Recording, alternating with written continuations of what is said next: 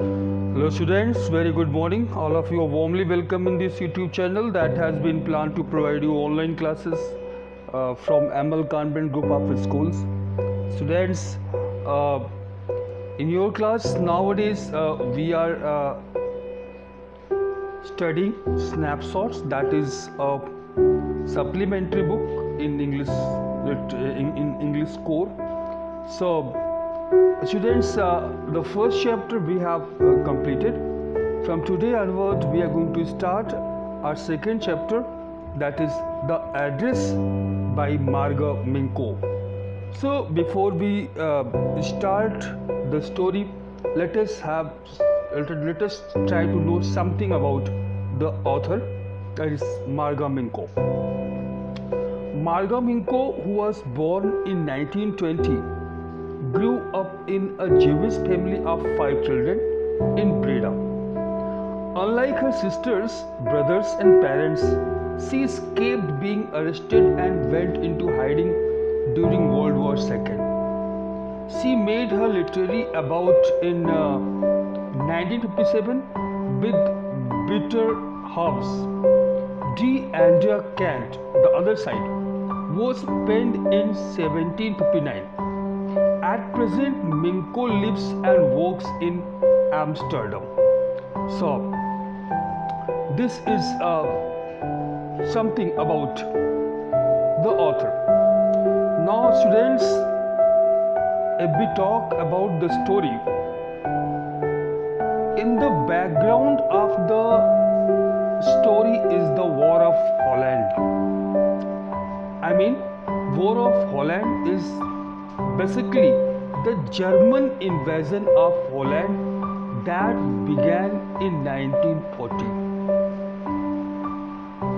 Let us try to get some idea about the War of Holland. Holland expected to remain neutral as it had done during the First World War. However, the occupation was swift, and after fierce fighting, Holland was forced to surrender. The Dutch Jews suffered persecution. The Jewish population in Holland in 1940 was about 140,000, of whom 24,000 were refugees. Amsterdam had the largest Jewish community of 90,000. Most were poor and did semi or unskilled work. Between 1940 and 1941, Jews were removed from public life and their land was sold to non-Jews. The first mass arrest of Jews began in 1941. Their areas were raided, and on 22nd February, 400 of them were taken away, never to return. In June, another 230 Jews, mainly refugees, suddenly disappeared. Nazi troops were called in to restore order.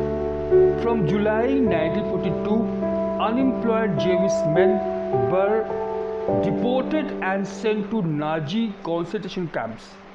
Soon, while families were summoned, and this was when some of them went into hiding. Life for Dutch people was becoming harder. Families were left without fathers and sons. Everything became scarce. Even ordinary household goods like soap and fuel. By the middle of the 1944, there was a complete breakdown of services in Holland. There was no transport, no electricity, and no telephone service. Diseases became widespread, thus increasing the death rate. The war and occupation caused the deaths of 240,000 Dutch people, 106,000 of whom were Jews. The act of genocide against the Jews were classified by the Allies war crimes trials as crimes against humanity. So this was the scene of War of Holland or in other words, German invasion of Holland that was started in 1930. So, students, as I told you that the story has the war of Holland in its background. So, and also we knew in the introduction of the author, we get some idea from that also. The author belonged to Holland itself. Here in this story, that is the address. The address is the poignant account of a daughter who goes in search of her mother's belongings after the war in Holland. जैसा मैंने बताया, ये story जो है Holland war को background में रख के लिखी गई है। ये story matter of fact Holland के से बिलोंग करती है। वॉर लाइक सिचुएशंस में लोग क्या करते हैं, लोग अपनी बिलोंगिंग्स को किसी ऐसे स्थान पे पहुंचा देते हैं जहां से कि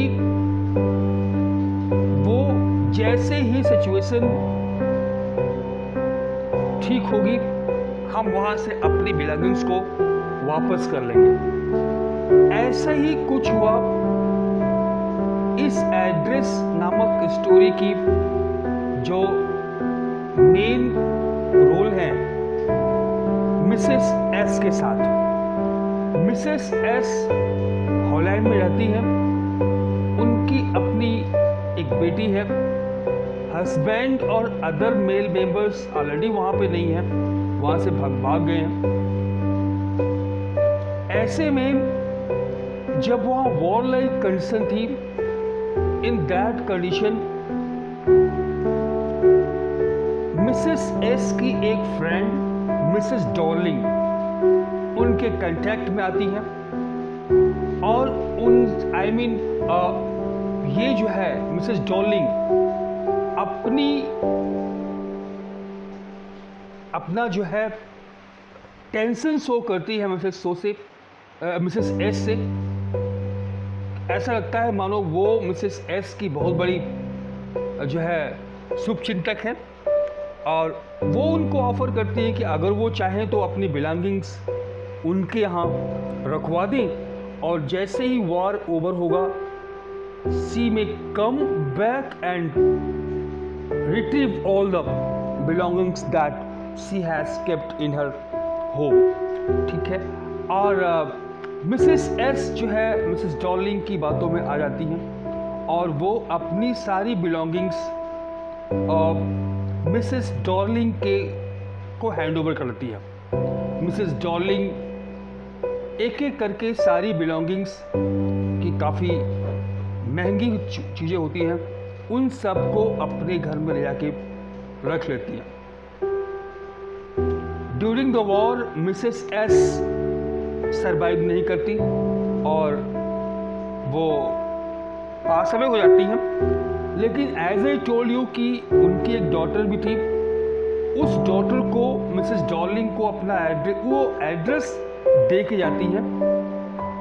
एड्रेस है number 46 mint house number 46 Marconi street. This was the address. और वो उनकी जो बेटी है वो उस एड्रेस को याद रखती है। जब वॉर की सिचुएशन ओवर होती है, उसके बाद शुरुआत में तो उसका अपनी माँ की चीज़ों से कोई जो है इंटरेस्ट नहीं होता, लेकिन बाद के दिनों में वो डिज़ायर करती है कि शायद अपनी माँ की हर चीज़ को देखना चाहती है, टच करना चाहती है। I think this is what happens with all of us whenever someone is passed away.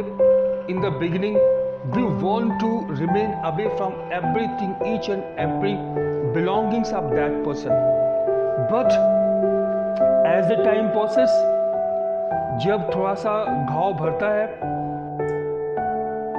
want to see each and every we want to see to touch or to come in contact with each and every belongings of person. वो क्योंकि उन चीज़ों से उनको व्यक्ति को लगता है, हमको लगता है कि शायद हम फिर से अपने आप को उस व्यक्ति के साथ जो कि अब हमारे साथ नहीं है उसके साथ एक बार फिर से हम जो है उसके कांटेक्ट में आ जाएंगे. So this is the background of the story as I was describing you. Okay, so this story deals with a fundamental human dilemma, whether to cling to the memories of the past or forget it and reconcile with the present. The narrator, a young woman, जो narrator है वो Mrs S की बेटी है जो कि अपने family की इकलौती मेंबर होती है जो कि इस वॉर ऑफ हॉलैंड में सरवाइव करती है. आई मीन अपने फैमिली से वो अकेली सरवाइव करती है. उसकी माँ भी जो है जैसा मैंने बताया वो मर जाती है. सो इस स्टोरी की जो नरेटर है वो मिसेस एस की वही बेटी है. सो एक डिलेमा है उसके अंदर. बताया कि शुरुआत में हम अपनी पास्ट की हर मेमोरीज से अलग हो जाना चाहते हैं लेकिन फिर बाद में जो है हम हमारी इच्छा होती है कि हम उन चीज़ों से उन चीज़ों को देखें, उनके कांटेक्ट में आए. तो उसी डिलेमा के बारे में यहाँ पे डिस्क्राइब किया गया कि जो है एक fundamental human dilemma, whether to cling to the memories of the past और forget it and reconcile with the present. The narrator, a young woman displaced as a result of the war, goes in search of her mother's belongings, lent to one Mrs. Darling. When she comes across the familiar objects in unfamiliar surroundings, she loses interest in all those things. She leaves them behind in a resolve to forget them completely, to reconcile with her life as it is. The story also conveys the idea that war affects human lives terribly. ऐसा मैंने बताया कि बाद में हमारी इच्छा करती है कि हम अपनी मदर के या अपनी उस व्यक्ति के जिससे हम जो गुजर गया उस व्यक्ति की हर चीज़ के कांटेक्ट में आए, उनको देखें, उनको टच करें. लेकिन जब हम उस चीज़ के सामने जाते हैं जो कि एक समय बड़े अच्छे तरीके से सब कुछ एक जो है बड़े अच्छे प्रॉपर वे में कभी अरेंज किया गया था और आज जब वो देखता है या देखती है कि वो सब कुछ अजीब ढंग से रखा गया है तो शायद उस चीज़ से उसका जो इंटरेस्ट है वो ख़त्म हो जाता है और फिर वो चाहती है कि नहीं, इस चीज़ को हम दूर रहें तभी अच्छा है. स्टोरी में एक और आइडिया है जो कन्वे किया गया है जो आप देखेंगे वो ये है कि जो वॉर होता है ना, war affects human life terribly. War हमारी लाइफ को, ह्यूमन लाइफ को बुरी तरीके से अफेक्ट करता है. The dislocated refugees rarely comes back to their homes. If any of them does come back, he finds himself a stranger in the familiar surroundings and has to go back. War affects them completely and permanently. This is what happens to the narrator. She is a rootless person now. She has lost her old home and her mother. Now she lives in a small rented room in an unfamiliar city. जो dislocated refugees होते हैं ना वो rare case में ही वापस आ पाते हैं अपने घर. अगर उनमें से कोई आता भी है तो वो अपने घर, अपने मोहल्ले, अपने एरिया में होने के बावजूद वो स्ट्रेंजर बन के रह जाता है. वॉर पूरी तरीके से और परमानेंट वे में हमें अफेक्ट करता है और जो इस स्टोरी की नरेटर है उसके साथ भी कुछ ऐसा ही होता है।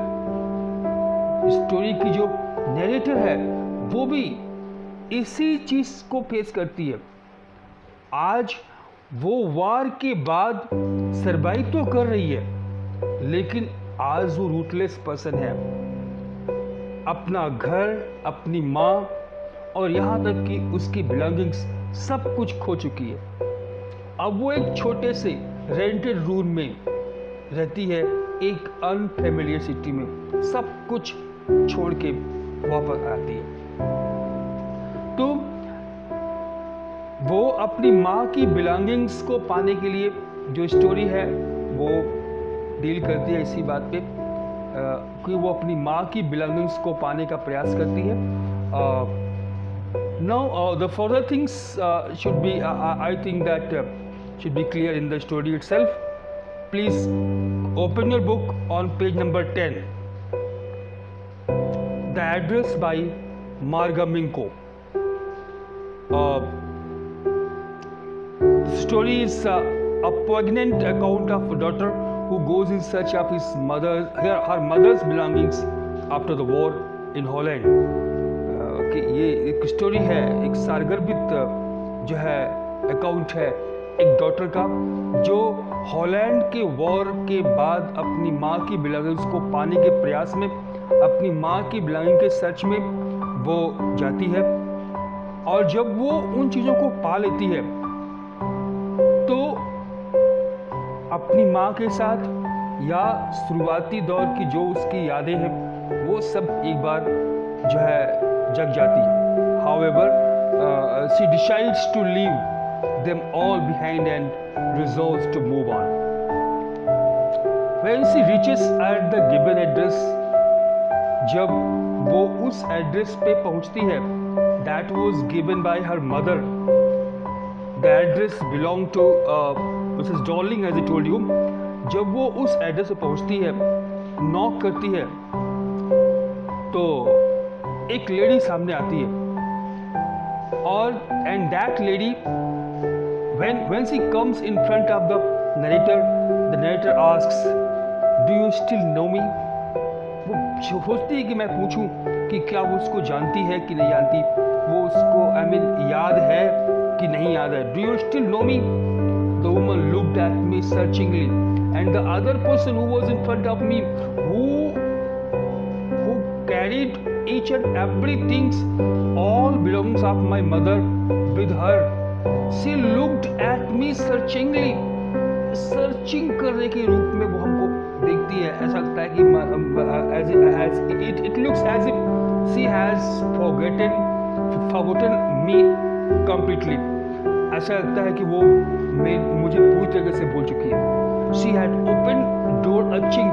उसने दरवाजा पूरा नहीं खोला था। She had not opened the door fully. उसने केवल एक वो चिंक से वो मुझे देख रही थी। I came closer. मैं और नजदीक आ गई और डोर स्टेप पे खड़ी हो गई। And that lady denied. Mrs. Darling shows no sign of recognition which seems pretentious. आप देखेंगे कि यहाँ पर मिसेस डॉर्लिंग पहचानने का कोई साइन दिखाती ही नहीं है। वो साफ साफ कह दिया कि नहीं, मैं नहीं जानती हूँ। No, I don't know you.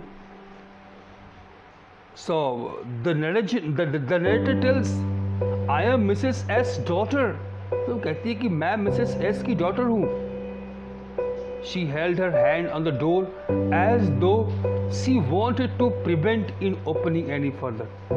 उसने अपने हाथ को दरवाजे पर रखा, ऐसा लगा जैसे कि वो पूरा प्रयास कर रही हो कि कहीं दरवाजा और न खुल जाए। क्यों?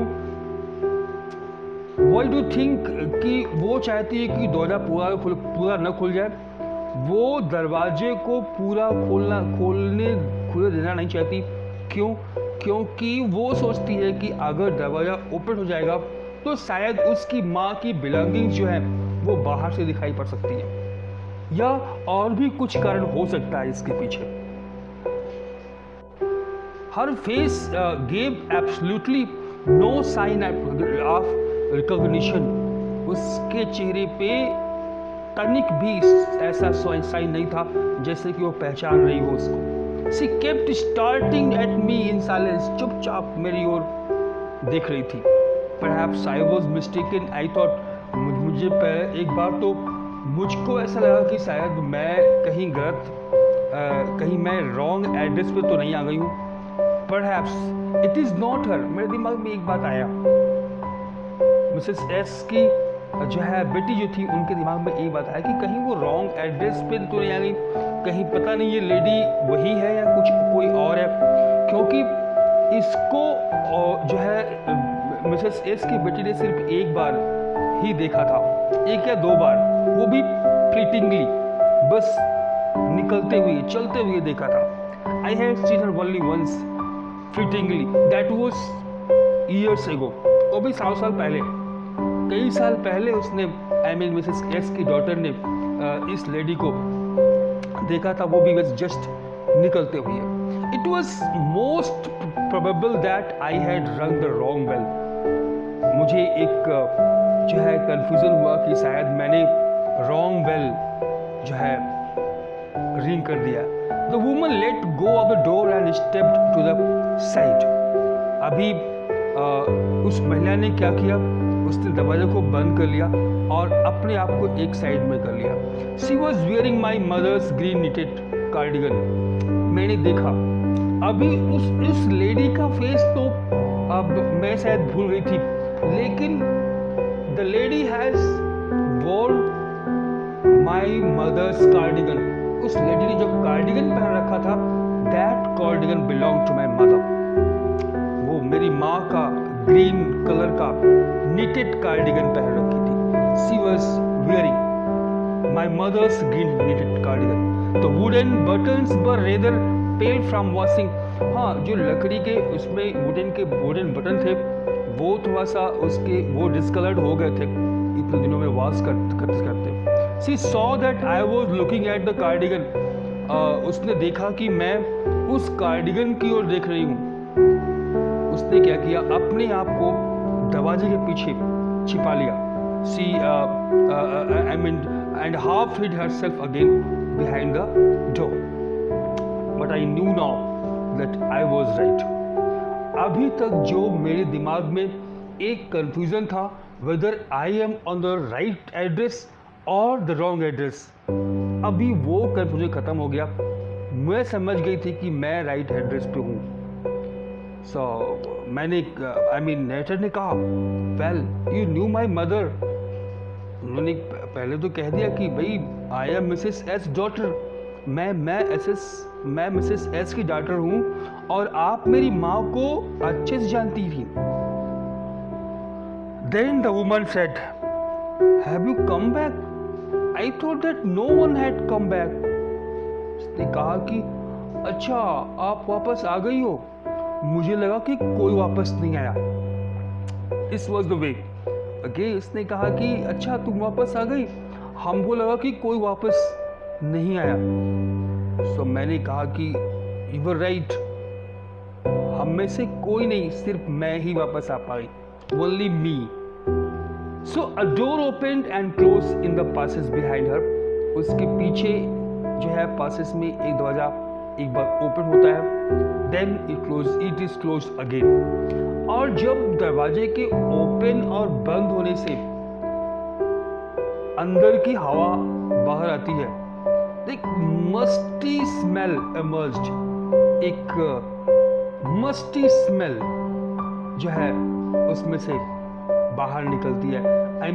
एक ऐसी स्मेल जो कि सिलन भरी है, जो कि जो कि अगर अभी घर के अंदर अगर प्रॉपर लाइट और सन शाइन नहीं जाएगा तो एक मस्टी स्मेल बन जाती है घर के अंदर. वही मस्टी स्मेल घर के अंदर से बाहर आई. I regret I can not do anything for you. This Mrs S darling, who once in the past had herself approached to my mother और जिन्होंने कि जो है प्रॉमिस किया था कि आप अपनी बिलोंगिंग्स हमारे यहाँ रखवा दीजिए और मैं उन चीज़ों को अपने यहाँ संभाल के रखूँगी। एंड वेन एवर यू और any other member of any your family comes back, मैं उसको आपकी बिलोंगिंग्स वापस कर दूंगी। इस तरीके से आपकी बिलोंगिंग्स सेफ रहेंगी। और यहाँ पे when I came back to retrieve my belongings, my mother's belongings, she very straightforwardly told that I'm sorry, I am unable to do anything for you. So I told Mrs. Darling, I have come here especially on the train. I wanted to talk to you for a moment. ने बताया कि अरे मैं train से specially आपसे मिलने के लिए यहाँ पे आई हूँ, मुझे आपसे थोड़ी देर बात करना है, एक मिनट के लिए। The woman denied even to talk. She told, it is not convenient for me now. I can't see you another time. उसने कहा कि I'm sorry, मेरे लिए ये कन्वीनियंट नहीं हुआ कि मैं आपसे इस समय बात करूँ, मैं नहीं बात कर सकती। Come another time, फिर कभी आइएगा। She nodded and cautiously closed the door. उसने नोट किया एंड बड़ी सावधानी से दरवाजे को बंद कर दिया, as though no one inside the house should be disturbed, so that no other member of the house who were inside the room inside the house may get disturbed, ताकि अंदर जो भी लोग हैं वो डिस्टर्ब ना हो सके। I stood where I was on the step. मैं वहाँ स्टेप पे जहाँ पर मैं खड़ी थी वहीं पर खड़ी रह गई। दरवाजे पे खड़ी हुई और उसने दरवाजा बंद कर दिया। The curtain in front of me, in front of the bay window moved. जो बे विंडो था उसका कर्टन हटा, मूव हुआ। Someone stared at me, कोई मेरी ओर स्टेयर किया, and would then have asked what I wanted. और शायद उसने मुझसे पूछा होगा कि वो अपनी मिसेस डॉलर पूछा होगा कि ये जो है ये क्या चाहती है। So the woman told, oh nothing, it was nothing. उसने बताया अंदर ही अपने उस फैमिली मेंबर से कि नहीं कुछ नहीं, कोई बात नहीं है। I looked at the name plate again. मैंने उस नेम प्लेट पे देखा again. उस पे नेम प्लेट पे साफ लिखा हुआ था Darling in black letters on white enamel. White enamel पे जो है मैंने वो जो बोर्ड था वो वाइट से प्रिंटेड था और उस पे ब्लैक लेटर्स में लिखा हुआ था Darling. And the jam a bit higher, और उसके थोड़ा ऊपर जैम पे the number 46, the number 46, वहाँ पे उस मकान का नंबर लिखा हुआ था, number 46. So students, in today's class, up to here only, we shall continue the story in the next chapter. Thank you. Have a nice day.